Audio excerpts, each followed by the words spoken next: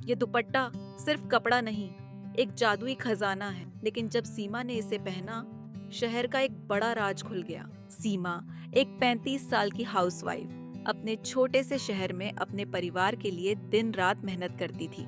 उसका जीवन बिल्कुल साधारण था।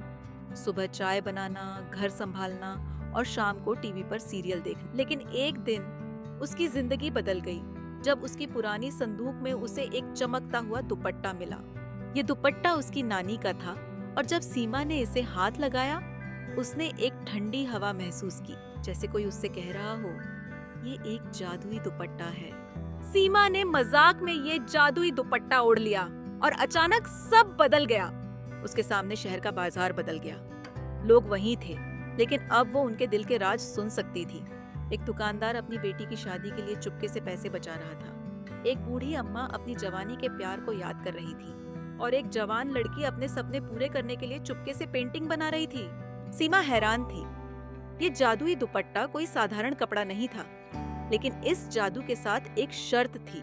वो किसी के राज को बदल सकती थी, लेकिन हर बार दुपट्टे का एक धागा टूट जाता। सीमा ने सोचा, मैं इस जादुई दुपट्टे का इस्तेमाल अपने शहर के लिए करूंगी। सीमा ने दुकानदार की बेटी को अपने सपने बताने के लिए प्रोत्साहित किया और उसके पापा खुश हो गए।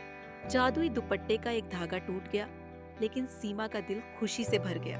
सीमा ने बूढ़ी अम्मा और उनके दोस्त को चाय पर बुलाया और उनकी दोस्ती वापस जोड़ दी। अम्मा के चेहरे पे हंसी देख सीमा को लगा ये जादुई दुपट्टा सच में कमाल का है। लेकिन दुपट्टे का दूसरा धागा भी टूट गया और सीमा थोड़ी चिंता में पड़ गई। रिया के पेंटिंग्स देखे और सीमा ने उन्हें मेला में दिखाने का प्लान बनाया। मेले में रिया के पेंटिंग्स को सबने पसंद किया और उसके सपनों को नई उड़ान मिली। लेकिन इस बार जादुई दुपट्टे के 3 धागे टूट गए और सीमा को चिंता होने लगी। अब सीमा के सामने एक बड़ा सवाल था, जादुई दुपट्टे का इस्तेमाल अपने लिए करे या शहर के लिए।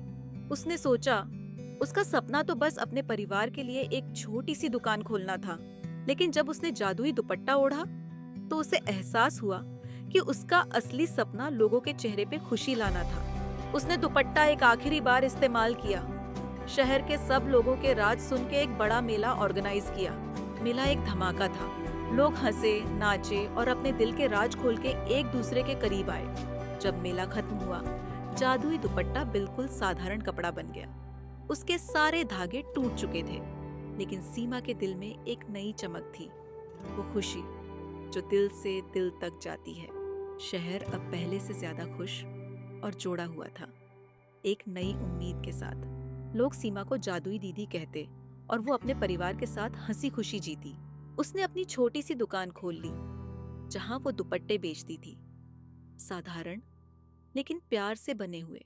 असली जादू दिल से दिल तक जाता है और खुशी बांटने से ही जिंदगी चमकती है।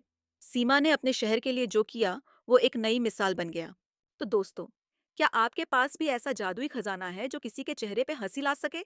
कमेंट में बताओ और अगली कहानी का इंतजार करो। सब्सक्राइब करना ना भूलो।